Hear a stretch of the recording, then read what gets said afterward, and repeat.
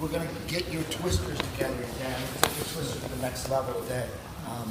But first we're going to start with the two most important and simplest ways to get into the twister.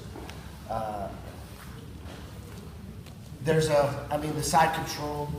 The side control, can you get rid of your glasses? The side control setup to get to the twister is the most important. This is the most important. This is what takes the whole game to a whole other level.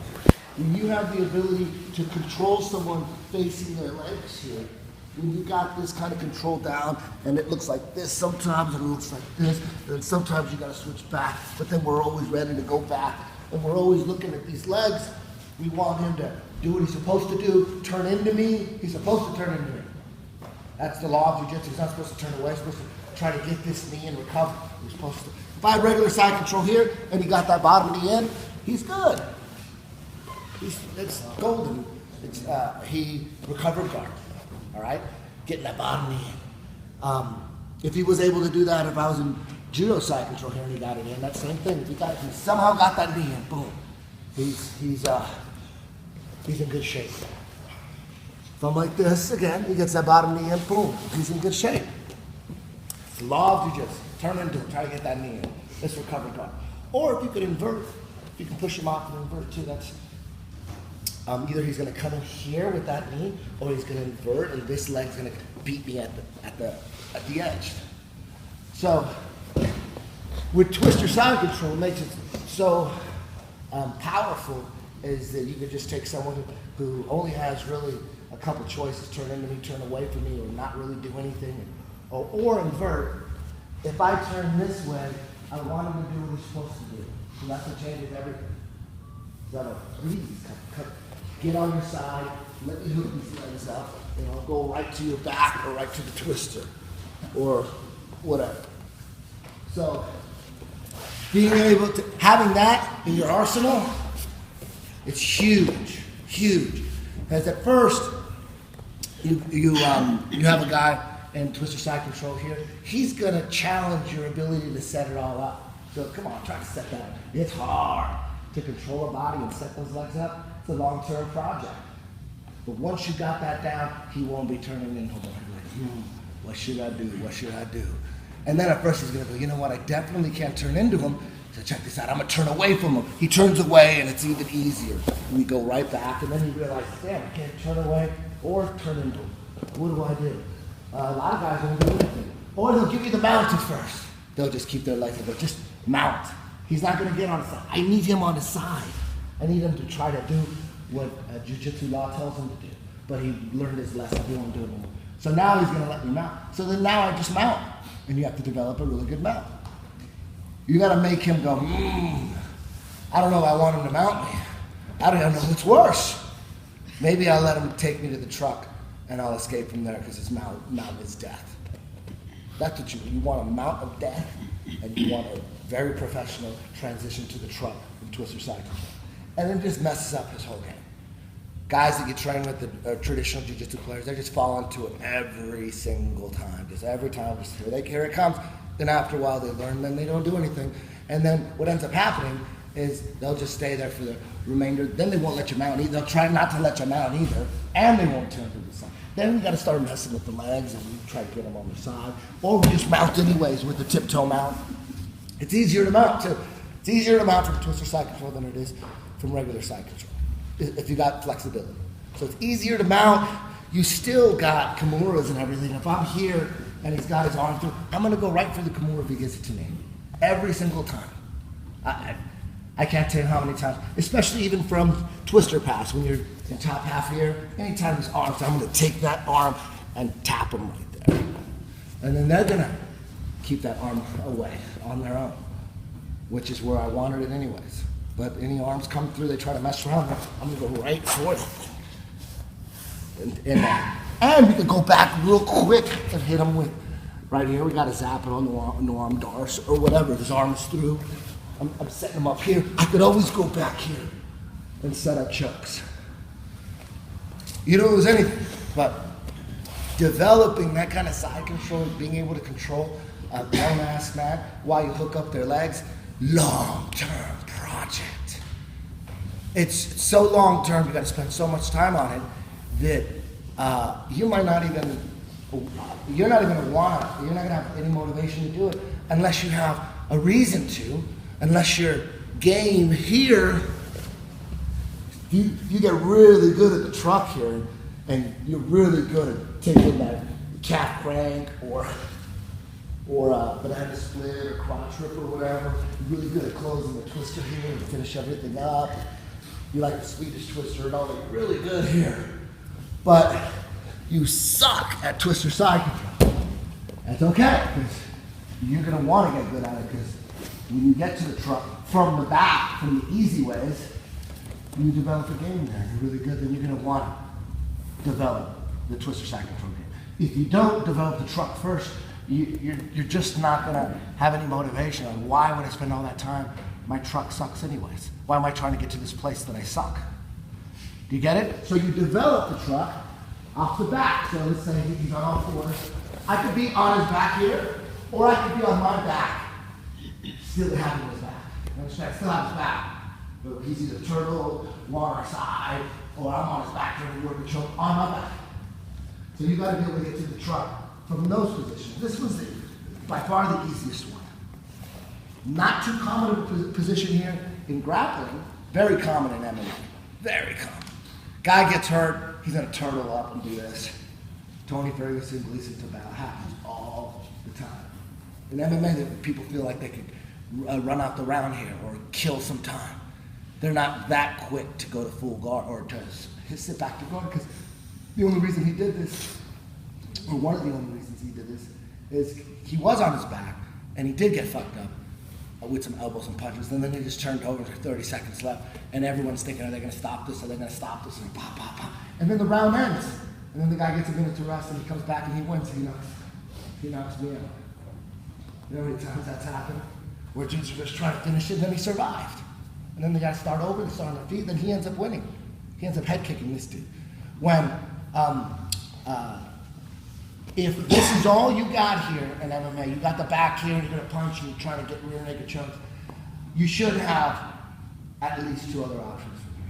One option would be to swim, what Blonda always does. Anytime Ronda would be in this position, she's gonna swim. She's gonna go right here, she's gonna bring them back here, and attack it here. Force them back on the back, and then attack it. I love that. You could stay on the back, or you have other, just as dangerous, if not more dangerous, options.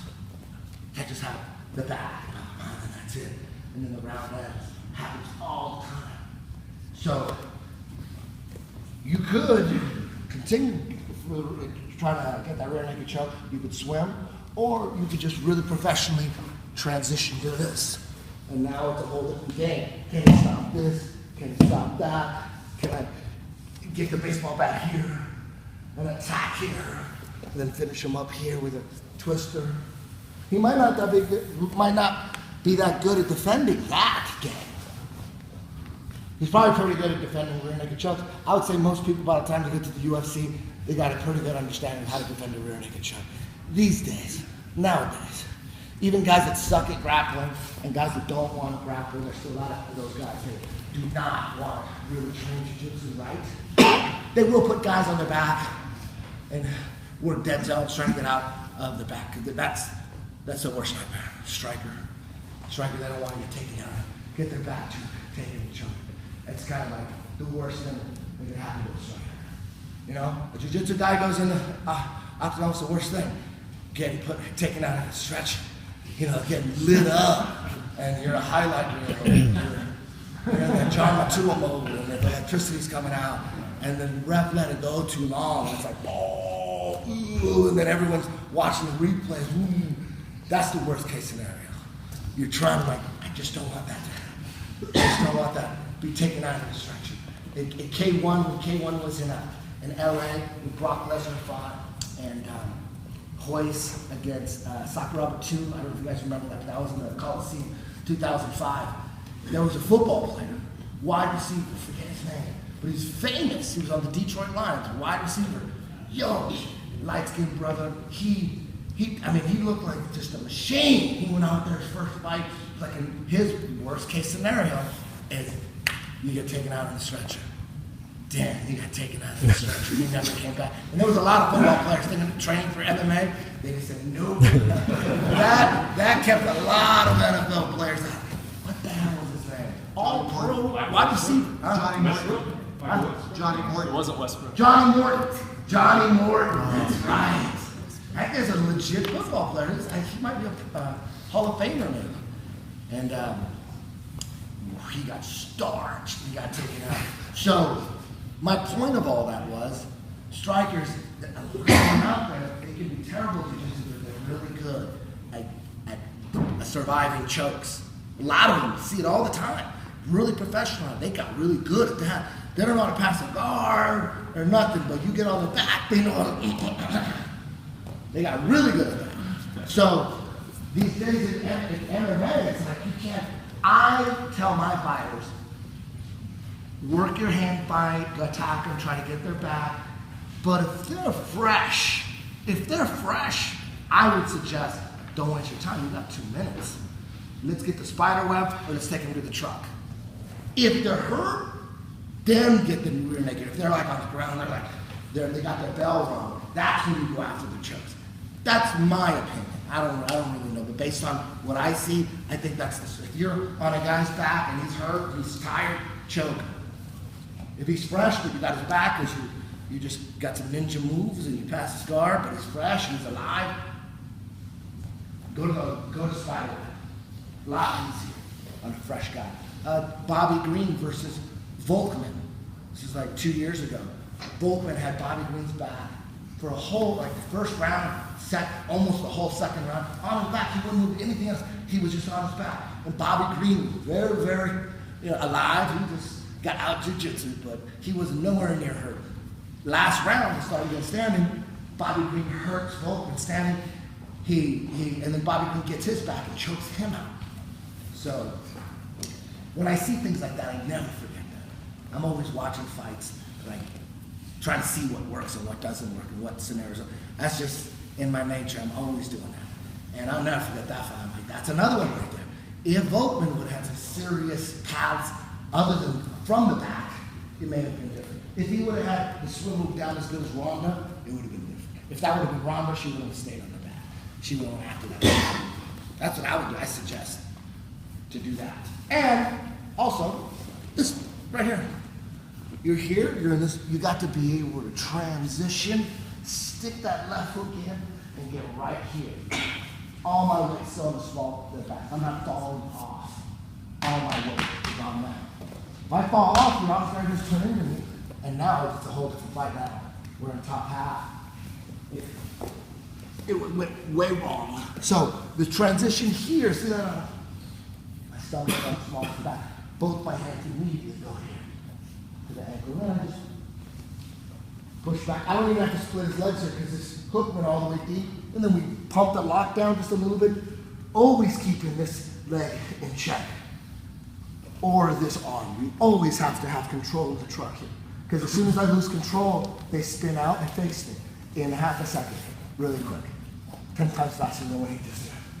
All right, so as long as I have, and you can't have it loose here because he'll kick it free and then spin. You understand? So anytime we're here, we gotta have something on the leg or the arm. And you gotta drive it, that heel into his butt with the toes here. Controlling here is no good. You can put a boot on the kick. Very hard to control. At just like 2 inches here, this is hard to control. But see how I got his toes here? It's different when you have the toes. A lot easier to control. And when we go for the calf crack, same thing. Thumb over the toes. Not like this. My thumbs aren't doing anything. They're under the toes. They gotta be over the toes. Right here at the edge. Boom.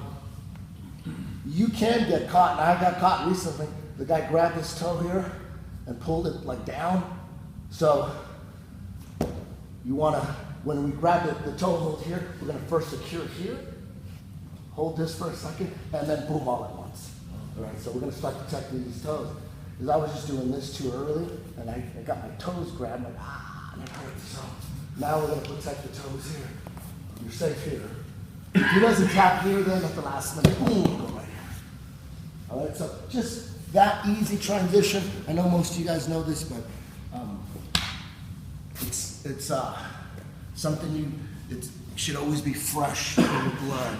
And for the people that don't understand, I grabbed his ankle, but once I pull him on top of me, I want to move on over to the toes. Boom. So here, pump the lockdown, and then bam, look, I went from here to here to here. Something on the toes at all time. And then we're here, and then we're here. Is it dirty? Is his feet are dirty? No. Does he know something I know? You guys understand? Grab your partner, and guy on the bottom, you're just like this. You're just like that. Guy on top, you have both leg hooks in, over under, like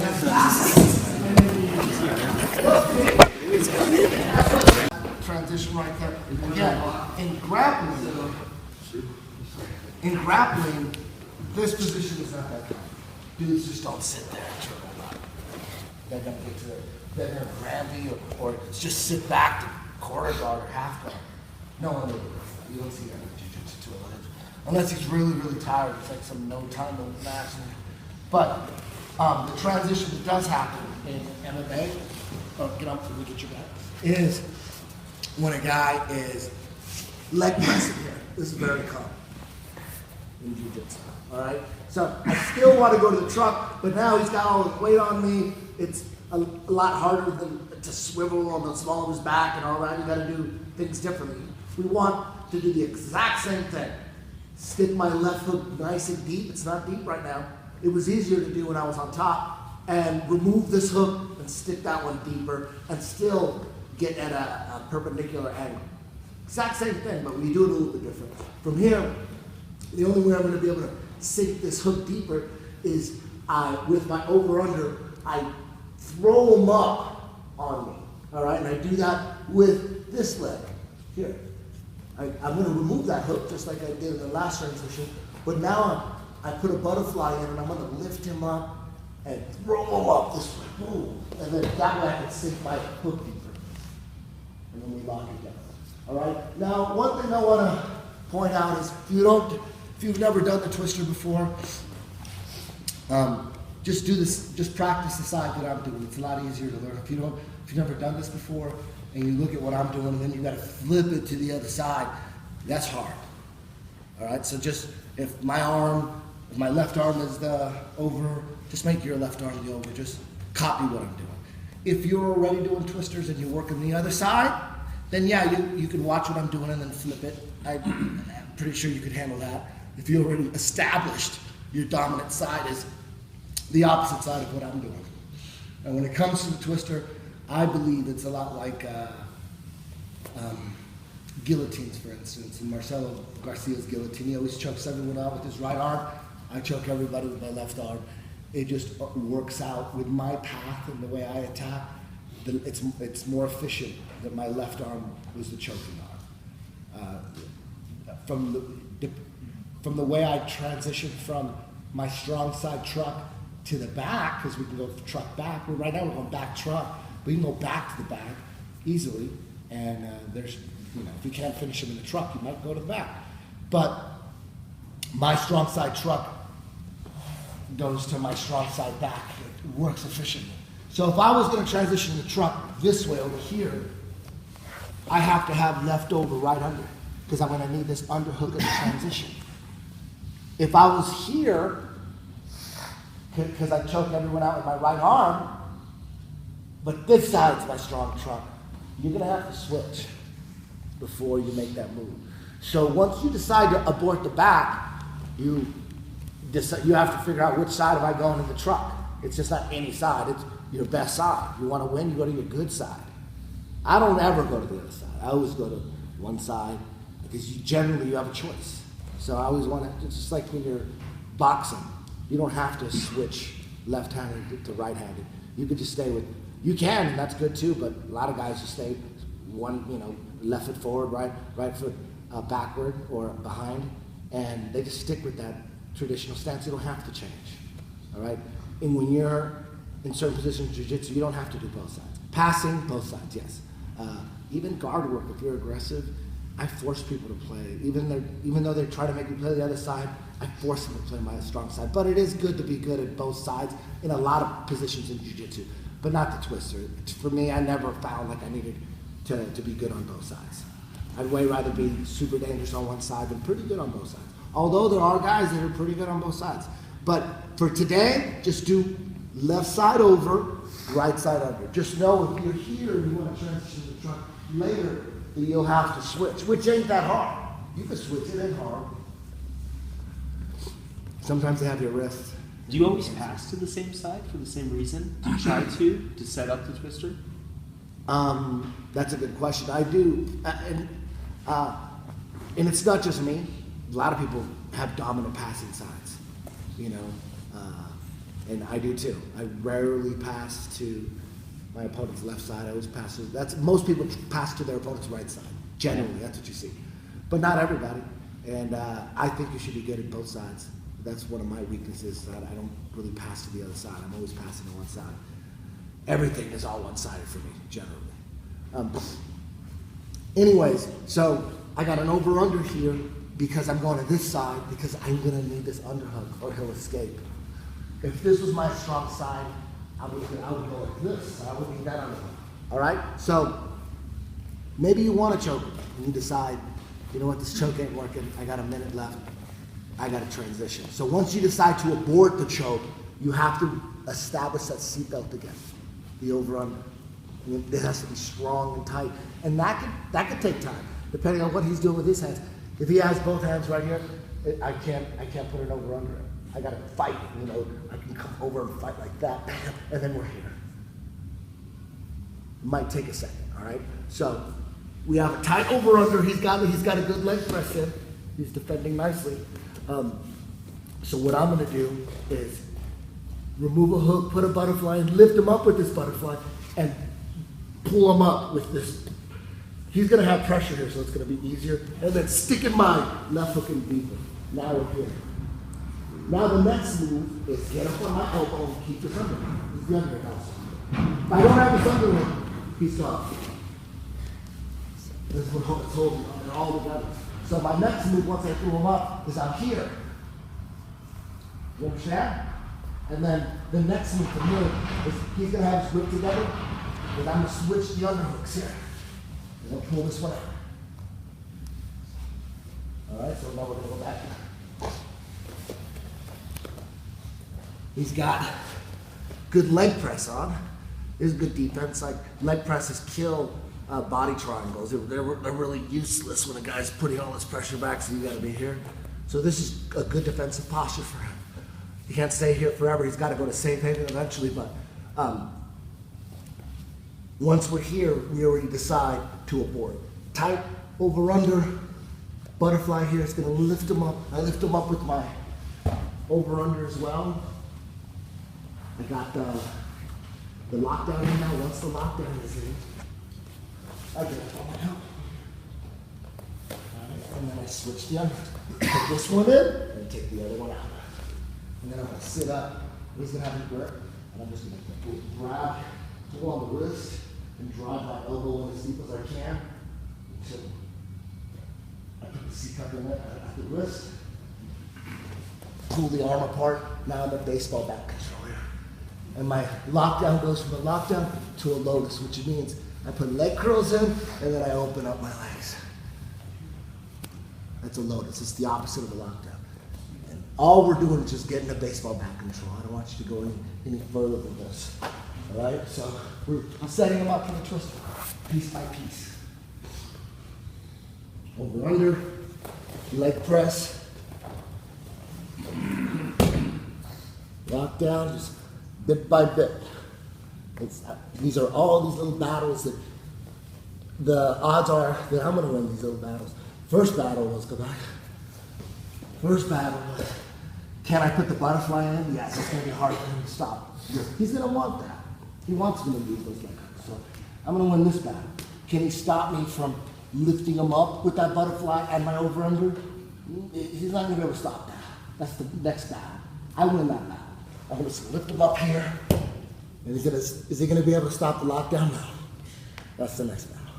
The next battle, he's gonna lose eventually too, but if he's holding onto my wrist really tight, he's not gonna let me pull this out. So I might be stuck here for a while. He knows what's up. He knows I'm trying to go to the twister, so he's not gonna let me transition. So he might hold. So eventually, I gotta keep fighting, and then eventually I pull that arm out. All right? Now this next battle, he could win. If he's super, super tight, I might not have room to put that other underhook in. Even though I have an underhook there, so I gotta open that up. I gotta make that happen. That's good. It could be hard. And now we switch the underhooks. All right? Now, I'm gonna sit up, grab his wrist or his hand, and just pull and drive my elbow down as far as I can go. Once I put the C cup in that wrist here, then even if he has a grip, it's very hard for him to hold anything. So now I got his hands separated. That was the goal, to break his grip. He had a grip to get him, trying to break his grip. Now that if I can't break his grip, I can't twist him. I gotta be able to break that grip. So that's what that move is about. Getting here, right here, and breaking that part. Like the baseball bat, I go from lockdown to lotus. All right, so I'm gonna walk you through everything. So grab your partner, lockdown, and I'm doing the opposite of what he wants to do. But now, if you would lotus, I'm opening my legs up for him, but I open them up too much. So now when he tries to open them, they're open too much. He's got to try to close them now. You understand? So now he doesn't know what to do with those legs, with his free leg, because it's already open. He's going to try to open them. Like, I open them for you, but I still have control. You see how my feet are like those little monkey. What are those monkeys in a barrel? You know what I mean? It's like that. My toes aren't like this. I'm creating leverage within my feet for my knees. So that leverage here the goal is to pin his leg down, and my feet, I'm creating leverage here. I didn't cross my feet like that. I can still pin his leg to the ground, but when I curl my feet, it's extra power. Do you understand? And now we're here, we're ready to attack with focus grip. He doesn't have it. If he has his grip, and I can't break it, eventually I'm gonna have to go back here and start attacking the legs over here. Or in Brazil, where some shows groin strikes are legal. This is the best position for that.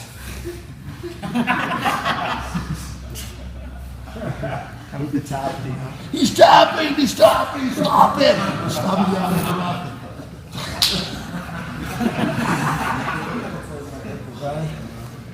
You got me something like, you look over, you gonna tap? It's okay, I have 4 kids. It's okay. I'm gonna walk you through it again, let's go. Easiest pass to the twister, the easiest one, from the back. From side control, again, we're mastering the back because that's how you get to the truck, you get the twisters from the back, and then you get so good at that, so good at outsmarting guys that are really good at defending rear naked chokes, but now you're taking them to a whole nother dimension, and they're not used to it for a while. Still, worldwide, most of the jiu-jitsu grappling world still not used to these transitions, still to this day. And at Tech Planet HQ, they'll see it coming a mile away. But overall, people they're not practicing, they don't have time to practice. There's just so much other shit to practice. There's just so much in jiu-jitsu. It's like, what are you gonna specialize in? Because there's just so much. Most people just aren't even looking at this yet. So you're gonna get a lot of mileage out of this, at least for another 5 years. At least. Until one day, at your average Brazilian jiu-jitsu school, this would just be like something that's part of it. It'd be like, to them, a new Bolo or something, you know? Because in traditional schools, they're using truck transitions to get to the back. They're just not staying for twisters. They're just going right to the back. Like, ooh, you just passed up all that stuff to get to a position where people are good at defending. You know, so you still got to be good at getting rear naked chokes and finishing off the back. I'm not saying that disregard the back, but it's way better to be really good at the back really good at transitioning to the hard part, and really good at getting to the truck. Those are the guys, when I roll with those guys, like, man, I think I'm doing really good defending the back, and I forgot this is Gio. He's already on the truck now. Now I'm on the truck. I'm like, yeah. I even suck at getting out of this side. Because no one really brought the heat on me with this. Until the last 3 or 4 years, now people are putting me in it. I'm like, how do you get out of this again? I gotta take lessons on. Can I get this? Oh, right here. If I get it right here now, it's 90% over. Dudes can still escape from here, but it's looking grim now. All right? Their hope was that in this area right here, they limp on right forward. And they're done. That's what they're waiting for. So that's like the pump fake, boom, boom, bam, boom, it's an explosive movement that he's got to hit that limp on. So I want to move to that first step right after he gives me a good limp on. Like if I fake here and gives me a limp on, boom, right here, I want to go. You understand? Him hitting 2 consecutive explosive limp arms in a row is a lot harder.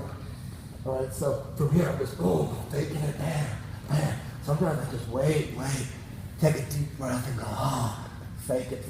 I might do this 20 times. And this is one of my really good guys. He's just waiting for the right time. I just keep giving it to him. So he's sick of it. And then meanwhile, he's trying to open up my legs, but they're in lotus. It's going to be very hard because they're already open. How are you going to open what's already open? Boom, and bam, bam, boom, I got him. And you see how my head is nailed to the ground. And I still got both my hands on his wrist. Now I got one. Now there's 3 different twos I can hit. And the first 2 I'm going to hit is the OG 2. I'm going to keep this under control. And with my lockdown, I'm going to bring him up and bring him all the way up top to here. Yeah? He thinks he's in a better spot, but he's not. All I did is I created all that space between the back of his head and the mat. But right here, there's no space because I got to get my hand under here. And it's like an awkward angle from here, which I can still do, but it's an awkward angle. It's easier if I bring him up here, and then as I sit him back down, he lands on it, and I'm already getting him the final step here. All right, so between baseball bat and 1, a lot of time. It's timing. Boom. Right here. And you can get right to 2 as soon as you, the old school, the OG final 3, there's really no reason to wait between 1 and 2. The new G, or the new G, the new final 3, you do have to wait. The same. It's awesome. It's better. The new version is better. Otherwise, there wouldn't be a version. But you have to wait.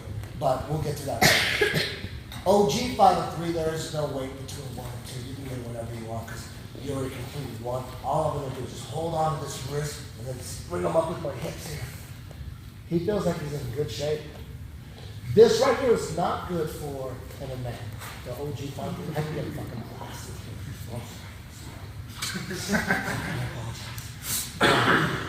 You can get killed here.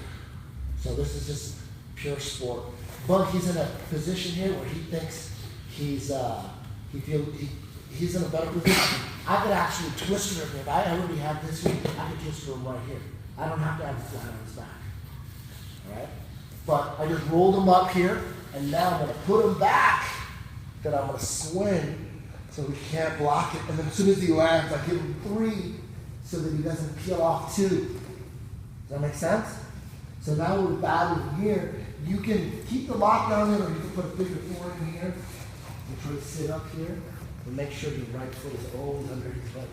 You can't get under it. It's not to get under that foot. All right? So then he's going to be fighting for this here. And then I'm trying to get to 3. There's no space between 2 and 3 for sure. Because as soon as I laid him down, I was already giving him the 3rd step. So if I would have stayed here and held on to his wrist, he could peel the hand off. He could fight. Make him peel it off, but I'm already giving him another battle here. So yes, ignore that, all right? So then the final step would be to get in on the inside, and when this finally gets through, that hand does this. So we catch that S-grip right here, So the final step here, again, he's blocking. And all I'm trying to do is get on the inside here. If he's blocking the inside too much, I can go on the outside and take it. So he's got to be like right here in his zone. You understand? It's easier for him to block the outside part. Because all he's got to do is extend his arm. And if I get in here, it's going to be really hard. But if I can get on the inside, it's hard for him to block. And then boom, we're here. So you got to time this perfectly. It's going to be wow. So you're going to pan here to balance it. And when you know it gets through, he's going to know it gets through. You understand? And this is being nice. This is just being nice. I'm not trying to crank. If he doesn't crank to this, then we have shallow leg hooks in, so it's easy to pull one out and sink the other one really deep. We already had him in. So if I want to get the twister and in grappling, dudes they're not going to stay in this position for more than a quarter of a second. There's no way he's going to just stay like that.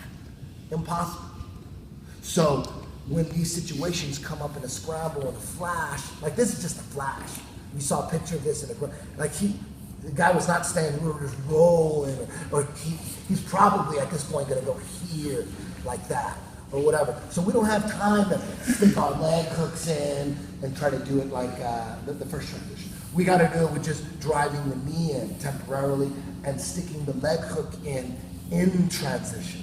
We don't have time to do it here. All right, so the transitions we're going to work on next are super important. Being able to transition to the truck in scrambles, and you can't control a guy 100%, that becomes crucial as well. It's really easy to train your body to always gravitate to this position here. Sticking my knee in, I could do this, but by the time I do this, and if I hit his knee, he's already gone. All right, if I see this position, I'm going to drive my knee in here, and just for the sake of the transition that we're going to do next, instead of grabbing the toes, I want you to ball and socket through his leg here. In my book, I call it D'Souza control. Tony D'Souza used to always control. I mean, it's just a regular wrestling control, but I never knew the name, so I just called it D'Souza control. So I'm putting a ball socket through his legs here, right? I'm right here. And I want to get into this position where I'm driving my knee. I'm not facing this way at all. I'm almost facing the opposite way.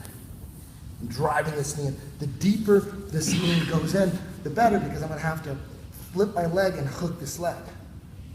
So the deeper this knee goes in, the easier the transition is going to be to finish the lockdown on that leg. Does that make sense? So you want to drive this knee here, D'Souza control, and then since my leg hook isn't in, it's crucial that this right foot bases between his legs, and then I pull him back here. See how I opened up his leg here? And then I flip this leg in here, and now we're back to the truck. So before we get into the scramble, you have to just know what this feels like. You have to be here. Here.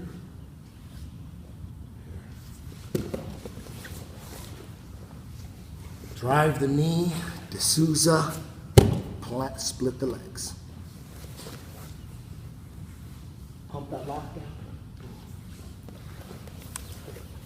Drive the knee, D'Souza, split the legs.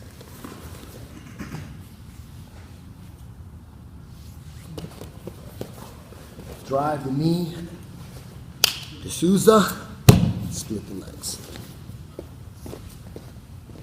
Once you can do it